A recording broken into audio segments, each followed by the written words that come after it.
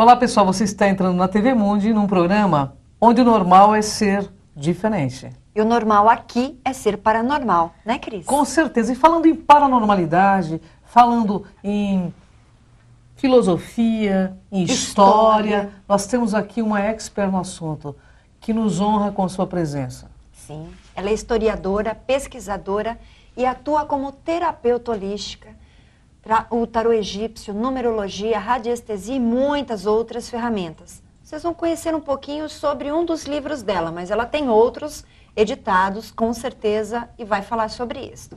Quem é a nossa convidada, Cris? Helena Gerestaldi. Tudo bem, Helena? Seja muito bem-vinda. Muito obrigada. Uma honra enorme sua presença aqui. Obrigada, Kátia. Helena, você é escritora. Conta um pouco da Helena para o nosso internauta. A Helena, em 1991, decidiu ir embora do Brasil e buscar a sua jornada. E foi morar em Israel. Em Israel, ela decidiu que aquilo não era para ela. Não era exatamente o que ela buscava. E a Helena foi morar na Espanha e, resumidamente, eu ganhei o livro que se chama Cavalo de Troia número 1. E pela primeira vez eu tive a consciência de quem é Jesus. E eu tinha 33 anos e como eu nunca tinha conhecido Jesus? Se eu tinha morado na terra dele, como que é isso? E a vida me fez buscar mais conhecimento, porque a vida te empurra para isso. E aí eu fui fazer história, fui estudar hermetismo, as simbologias. Correto. Viajei para Glastonbury, viajei para Cuba, viajei para Alemanha e fui viajando. E em determinado momento eu retornei ao Brasil.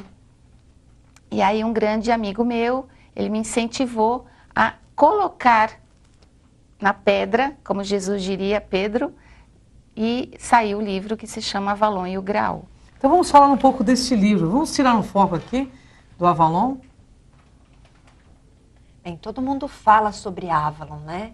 E qual que é essa ligação que existe com o Graal? Você pode falar dentro... Você começou a pesquisa, então? Uhum.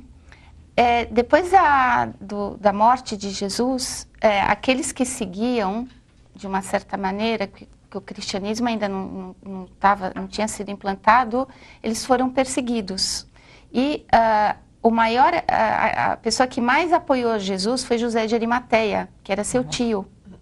E que era um grande viajante, que certamente já tinha ido para Glastonbury, que já comercializava o bronze, e que era utilizado nas espadas.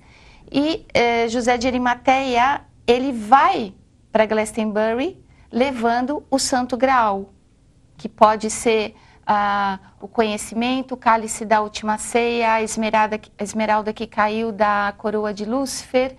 E ali foi criada a primeira igreja cristã do Ocidente. Pelos seus conhecimentos, Helena, quem é Jesus? Jesus, não o Jesus que a gente vê nas religiões. Jesus é um mago, ele é o princípio de uma nova ideia, de uma nova filosofia, que vem mostrar as várias moradas do Pai, os vários mundos, que aquilo que você pensa é o que você é, que hoje a gente vê nas várias formas de pensar modernas, de Prakshopra, cura quântica, cura cósmica. E Jesus, ele veio para trazer um novo. Ele veio romper aquela barreira. Ele era um grande estudioso, ele era um cabalista também. Ele falou, não, isso é pouco, tem que expandir. E ele vai e rompe com tudo isso. Dentro de Como que você, nas suas pesquisas, vê por que ele nasceu onde ele nasceu e por que tudo convergeu para lá e não em outro local? Você foi até... Sim, eu tenho uma ideia, não posso assegurar. Eu acho que era o povo mais preparado para ter o entendimento do Deus único. A ideia de Abba, que Abba é o Pai. E aquele povo era o mais culto naquele momento também. A maior parte estudava e sabia ler, não as mulheres. Então, ele nasceu num lugar aonde poderia ser proliferado, tanto que ele incentivava que todo mundo fosse viajar fazer Sim. as suas peregrinações. Ele não queria ninguém ligado a ele. Não.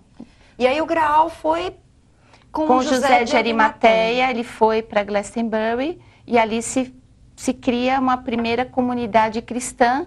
E os celtas e esses que foram chegando, eles tiveram um grande entrosamento, porque ali já tinha uma escola de druidas. Então, para que o druidismo, com essa parte mágica, mística do cristianismo primitivo, a gente não está falando do catolicismo, se integrassem, foi muito fácil. Me explica uma coisa, Helena. Eu sei que você esteve em loco, nos locais. O que você sentiu lá? Para mim foi um resgate ter estado em Glastonbury. Ali tem uma montanha que ela é oca, tem 2 fontes de água, uma rica em cálcio e outra rica em ferro, que é o branco, que é o vermelho, que são as cores da bandeira do rei Arthur, e que para chegar na torre, a catedral está embaixo, a torre está em cima dessa pequena colina, você tem que subir um labirinto que foi criado de 7 voltas. Quando eu cheguei ali em cima, eu tive a sensação que eu estava sendo alinhada. Olha que interessante. Porque ali, junto com outras colinas na mesma direção, se forma um sendeiro, que é um caminho do dragão, é o rabo do dragão. E essas colinas, como Everbury, como Stonehenge, eles fazem parte da cópia daquilo que está no céu, assim como as grandes pirâmides do Egito. Então, como Tudo conectado. tudo conectado, Tudo conectado. Né? Eu senti que eu encaixei. Assim como está em cima, está embaixo. Exato. Helena, e conta um pouco desse universo. Afinal de contas, o que é o grau na sua concepção? Bom, o grau, ele supostamente, eu digo supostamente porque são muitas as lendas, é o cálice da última ceia. Mas ele é mais do que isso.